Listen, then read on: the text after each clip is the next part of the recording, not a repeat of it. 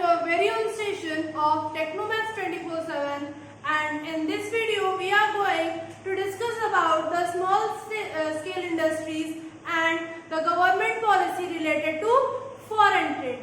So first of all, there are many assumptions about the small scale industry that the maximum investment is, someone says 5,000, 5 lakh, 5 crore. मतलब जो assumption है वो बहुत सारी है कि स्मॉल स्केल इंडस्ट्रीज की इन्वेस्टमेंट क्या होती है। तो स्मॉल स्केल इंडस्ट्रीज की इन्वेस्टमेंट जो है वो 5 लाख थी। 5 लाख कब थी? 1956 में। यानी कि हमारी स्मॉल स्केल इंडस्ट्री जो थी, it can be defined as one whose investment does not exceed 5 lakh. मतलब स्मॉल स्केल इंडस्ट्रीज उन इंडस्ट्रीज को बोला जाता था जिसकी इन्वेस्टमेंट 5 लाख से ज्यादा नहीं होती थी। बट कब? 1956 में। आज की जो हम लोग की करंट कंडीशन है उस अकॉर्डिंग स्मॉल स्केल इंडस्ट्रीज वो होती हैं जिनकी इन्वेस्टमेंट मोर देन 5 करोड़ नहीं होती। मतलब उस टाइम के लिए ये 5 लाख अमाउंट बहुत था, इसी वजह से स्मॉल स्केल इंडस्ट्रीज जो थी नियर अबाउट 5 लाख में उनका इन्वेस्टमेंट होता था। बट अब जो हमारी स्मॉल स्केल इंडस्ट्रीज है उनके इन्वेस्टमेंट कितने होते हैं? 5 करोड़ का होता है। तो ये थी हमारी definition of small scale industries. अब हम ये देखते हैं कि स्मॉल स्केल इंडस्ट्रीज का हमारे रोल क्या है, मतलब हमारी इकोनॉमी में क्या रोल प्ले करती हैं small scale industries. So first one is labour intensive. Labour intensive से यहाँ मीनिंग ये है कि हमारी जो भी लार्जर इंडस्ट्रीज हैं जब वो वर्क करेंगी तो वो क्या करेंगी, ज्यादा से ज्यादा मशीन्स का यूज होगा, क्योंकि उनका क्या है, कैपिटल इन्वेस्टमेंट बहुत ज्यादा है, तो वो ज्यादा से ज्यादा मशीन यूज करेंगी और वहां पे लेबर क्या होंगे, बहुत कम होंगे, सिर्फ मशीन को ऑपरेट करने के लिए रखे जाएंगे। बट जो स्मॉल स्केल इंडस्ट्रीज है उनका इन्वेस्टमेंट कम है, इसीलिए वो मशीनरीज का कम यूज करेंगे और वहां पे लेबर ज्यादा वर्क करेंगे। प्लस हमारी जो गवर्नमेंट है वो यही चाहती थी कि हमारी इकोनॉमी का जो वेल्थ डिस्ट्रीब्यूशन है वो सारे सेक्टर में इक्वल हो, सब रिचर पुअर सेक्शन में इक्वल हो। तो अगर हम ये मतलब जो हमारी लार्ज स्केल इंडस्ट्रीज हैं अगर वो ये वर्क करती तो क्या होता कि हमारी वेल्थ जो है वो ड्रेन होके फ्यू हैंड्स में चली जाती, क्योंकि जिनके इन्वेस्टमेंट सबसे ज्यादा होंगे वही ये सारे काम कर पाते, तो क्या होता, वेल्थ जो है वो ड्रेन होके उनके पास चली जाती। तो गवर्नमेंट में स्मॉल स्केल इंडस्ट्रीज को बहुत से रिलैक्सेशन भी प्रोवाइड किए जिससे कि स्मॉल स्केल इंडस्ट्रीज बहुत ही इजीली लोग सेटअप कर सके। प्लस इसका और भी बहुत सा बेनिफिट था, जैसे कि promote balance regional growth. Promote balance regional growth से क्या मतलब है? अब देखिए, जैसे जो लार्ज स्केल इंडस्ट्रीज हैं उनमें 5 करोड़ 10 करोड़ अगर इन्वेस्टमेंट लग रहा है तो वो 1 या 2 ही खुलेंगी, वो 1 या 2 ही खुलेंगी। बट जो हमारी स्मॉल स्केल इंडस्ट्रीज हैं वो घर घर में खुल सकती हैं, हर लोकेलिटी में 10, 11, 12 खुल सकती हैं। तो उससे क्या होगा, रीजनल ग्रोथ होगी, मतलब एक बैलेंस ग्रोथ होगी। क्योंकि अगर हमारी लार्ज स्केल इंडस्ट्री 1 है और हमारी स्मॉल स्केल इंडस्ट्री 10 है तो बेनिफिट क्या होगा, बराबर इक्वल होगा। फिर हमारा आता है प्रमोट्स इक्विटी। प्रमोट्स इक्विटी से भी यहाँ हमारा यही मतलब है कि जो स्मॉल स्केल इंडस्ट्रीज हैं जब वो लार्जर अमाउंट में होंगी, मोर देन मतलब लार्ज स्केल इंडस्ट्रीज से ज्यादा होंगी, तो क्या होगा कि हमारी जो वेल्थ की ड्रेनिंग होगी वो दोनों ही सेक्टर्स में इक्वल होगी।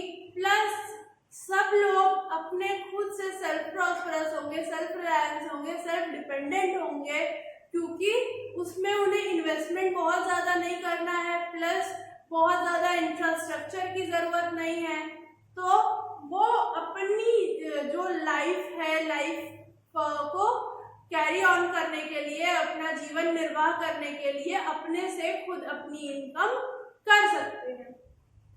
फिर हमारा आता है सोर्स ऑफ रॉ मटेरियल। तो हमारी ये जो लार्ज स्केल इंडस्ट्रीज होती हैं, ये फिनिश गुड्स ही मैन्युफैक्चर करती हैं। प्लस अब ये नहीं चाहती कि अब ये किसी गांव में एक इंडस्ट्री ओपन करे जहां पे रॉ मटेरियल मैन्युफैक्चर हो और फिर इनको रॉ मटेरियल वहां से मिले। तो क्योंकि इससे क्या होगा, उनको और कैपिटल लगाना पड़ेगा, एक और इंडस्ट्री सेटअप करनी पड़ेगी, प्लस वहां पे भी लेबर्स और मशीनरीज लगानी पड़ेगी। तो क्या होगा, उसे बहुत बेनिफिट नहीं होगा। तो उसके लिए वो क्या करती है कि स्मॉल स्केल इंडस्ट्रीज जो हमारी होती हैं, वो स्मॉल स्केल इंडस्ट्रीज से टाई अप कर लेती हैं, उससे टाई अप करके वो अपना वर्क कर लेती है। यानी कि जो हमारी लार्ज स्केल इंडस्ट्री होती है, वो कुछ स्मॉल स्केल इंडस्ट्री से टाई अप करके उनसे रॉ मटेरियल परचेज कर लेती है। तो इससे क्या होता है कि हमारी जो स्मॉल स्केल इंडस्ट्रीज है, उनका भी वर्क हो जाता है, क्योंकि उनका तो यही काम है कि रॉ मटेरियल को देना, रॉ मटेरियल को सेल करना। और जो हमारी लार्ज स्केल इंडस्ट्री है, उनको भी अलग से इंडस्ट्री का सेटअप नहीं करना पड़ता है, लेबर कैपिटल नहीं लगाना पड़ता है, वो इजीली स्मॉल स्केल इंडस्ट्री से परचेज कर लेती हैं। तो ये था हमारा role of small scale industry in our economy, कि वो हमें कैसे बेनिफिट देती हैं, कैसे बैलेंस्ड ग्रोथ देती हैं। अब हम आते हैं फॉरेन ट्रेड पे। हम ये सब जानते हैं, हमने बहुत बार देखा है कि जो हमारे ब्रिटिशर्स थे, यानी कि जब उन्होंने हमारे इंडिया पे रूल किया, हमारे इंडिया पे कॉलोनियल रूल था, उस टाइम पे ब्रिटिशर्स ने क्या किया था, टू फोल्ड इंडस्ट्रियलाइजेशन किया था, जिसमें उन्होंने इंडिया को एक्सपोर्टर ऑफ रॉ मटेरियल बना दिया था और इंपोर्टर ऑफ फिनिश गुड बना दिया था। इससे का ड्रॉबैक क्या था कि हमारी जो वेल्थ थी वो ड्रेन होती जा रही थी, क्योंकि जिस रॉ मटेरियल को हम 500 में सेल करते थे, वही रॉ मटेरियल हमें फिनिश गुड बनके 5000 में मिलता था। तो इससे क्या होती थी, हमारी इकोनॉमी का ड्रेन हो रहा था, हमारी वेल्थ का ड्रेन हो रहा था। तो इसमें जो गवर्नमेंट ने 1956 में पॉलिसी लाई, उसमें उन्होंने क्या किया, सबसे पहला किया उन्होंने इंपोर्ट सब्स्टिट्यूशन। तो इंपोर्ट सब्स्टिट्यूशन क्या है, बहुत छोटा सा पॉइंट है और 1 और 2 मार्क्स के क्वेश्चन इसके एग्जाम्स में हमेशा आते हैं, that what is import substitution.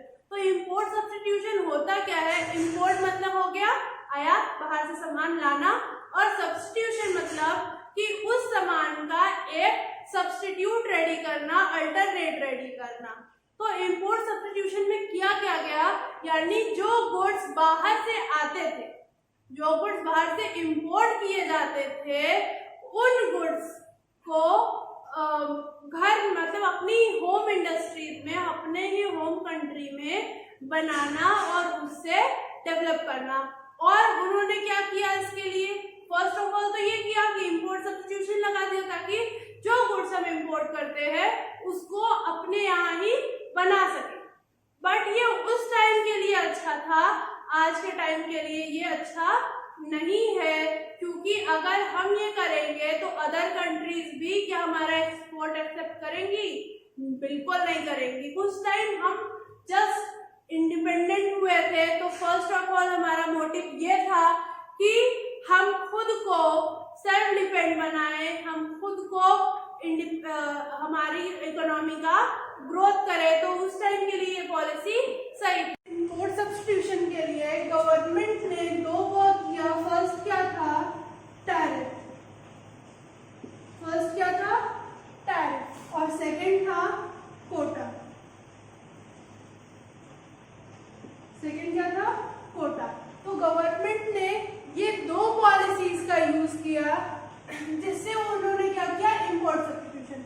सबसे फर्स्ट ऑफ ऑल क्या किया कि सपोज जैसे कि ये एक डस्टर है और ये हमारी होम कंट्री में, हमारी होम इंडस्ट्रीज के थ्रू हमें 20 रुपीज का मिल रहा है। हमें हमारी होम कंट्री में ये 20 रुपीज़ का मिल रहा है और हमें इम्पोर्ट अगर किया तो उसने बोला कि मैं आपको ये डस्टर 15 रुपीज़ में दे दूंगा। तो हमने ये बोला कि चलो प्रॉफिट है, 5 रुपीज़ का प्रॉफिट हुआ तो हम इम्पोर्ट कर लेते हैं। तो गवर्नमेंट ने वहाँ क्या किया कि चलो ठीक तुम 15 रुपीज़ का डस्टर इम्पोर्ट कर लो, लेकिन गवर्नमेंट ने उस पे 200% का उस पे चार्ज लगा दिया, टैरिफ लगा दिया। टैरिफ का मतलब होता है टैक्स, टैरिफ का मतलब होता है टैक्स। तो गवर्नमेंट ने क्या किया कि उस पे 200% का टैक्स लगा दिया। तो अब ये जो 15 रुपीज़ का डस्टर था ये कितने का पड़ा? 45। कितने का पड़ा? 45 रुपीज़ का पड़ा। तो कोई भी ये नहीं परचेस करेगा। अगर हम हमारे होम कंट्री में हमें ये डस्टर 20 रुपीज़ का मिल रहा है तो हम इंपोर्ट करके ये डस्टर 45 रुपीज़ का नहीं लेंगे। सो ये क्या थी? ये थी टैरिफ। गवर्नमेंट ने क्या किया? उस पे इतना हैवी टैक्स लगा दिया जिससे लोगों ने इंपोर्ट कम कर दिया। प्लस एक और इसके पीछे पॉइंट था कि अब हमारी जो कंट्री थी उसमें सारे गुड्स बनना पॉसिबल नहीं थे। जैसे कच्चा तेल हो गया और भी जो मशीनरी आइटम थे, टेक्निकल चीजें थी, तो हमारे पास इतनी सारी सुविधाएं नहीं थी। तो उसके लिए हमें इंपोर्ट जरूरी था। तो गवर्नमेंट ने क्या किया? कोटा लगा दिया, कोटा कर दिया। उसमें क्या बोला उन्होंने कि आप पूरे ईयर में सपोज 15 लाख का ही इंपोर्ट कर सकते हो। आप पूरे ईयर में 15 लाख का ही इंपोर्ट कर सकते हो। सो अब 15 लाख में हमने जो भी परचेस कर लिया, 15 लाख जहां ओवर हुए उसके बाद कोई इंपोर्ट नहीं होगा। तो उससे क्या हुआ कि अब जब हमारे पास एक लिमिट है कि हमें इतने के ही आइटम परचेस करने हैं तो क्या करेंगे? जो पहले नेसेसरी होगा वो काम करेंगे। अब सपोज हमारी पर मंथ सैलरी 30,000 है, हमारे पास 30,000 रुपीज है, उसमें हमें रूम रेंट भरना है, बिजली का बिल भरना है, पानी का बिल भरना है या घूमने जाना है। हमारे पास ये 4 ऑप्शन है। तो सबसे पहले हम क्या करेंगे? घूमने जाएंगे या घर का रेंट भरेंगे? घर का रेंट भरेंगे क्योंकि वो सबसे पहले जरूरी है। सो वैसे ही यहाँ पे जब एक कोटा लग गया, एक अमाउंट लग गया कि इतने ही अमाउंट का आप इंपोर्ट कर सकते हो, तो क्या हुआ कि जितनी जरूरत की चीजें थी, जितनी बहुत नेसेसरी चीजें थी, वो इंपोर्ट होना शुरू हुई और बाकी का क्या हुआ? अपने यहाँ बनाओ, अपनी कंट्री में बनाओ और खुद खाओ। सो ये था हमारा foreign trade policy about import substitution. Plus government ने और क्या किया फॉरेन ट्रेड में? उन्होंने एक्सपोर्ट को प्रमोट किया, प्रमोशन ऑफ एक्सपोर्ट किया, यानी कि इंपोर्ट को कम किया इंपोर्ट सब्स्टिट्यूशन लगा के, और ज्यादा से ज्यादा फिनिश्ड गुड्स और रॉ मटेरियल को एक्सपोर्ट करना शुरू किया ताकि हमारी जो वेल्थ है, हमारे पास फॉरेन एक्सचेंज इंक्रीज हो, हमारी इकोनॉमी डेवलप हो। उसके लिए गवर्नमेंट ने क्या किया? एक्सपोर्ट पे प्रमोशन किया। इसके लिए उन्होंने और भी कुछ चीजें की, जैसे कि जो कंपनीज एक्सपोर्ट करती थी या हाई रेट में एक्सपोर्ट करती थी, गवर्नमेंट ने उनको कुछ सब्सिडीज प्रोवाइड की, जैसे इलेक्ट्रिसिटी बिल कम कर दिया, कुछ ऐसी चीजें करके, जिससे कि वो ज्यादा से ज्यादा प्रोडक्शन करे और ज्यादा से ज्यादा एक्सपोर्ट करे। हमारा थर्ड पॉइंट था प्रोटेक्शन ऑफ होम इंडस्ट्री, यानी कि हमारी जो खुद की इंडस्ट्रीज है, हमारी कंट्री की जो होम इंडस्ट्रीज है, उनका प्रोटेक्शन। तो उनका प्रोटेक्शन कैसे किया गया?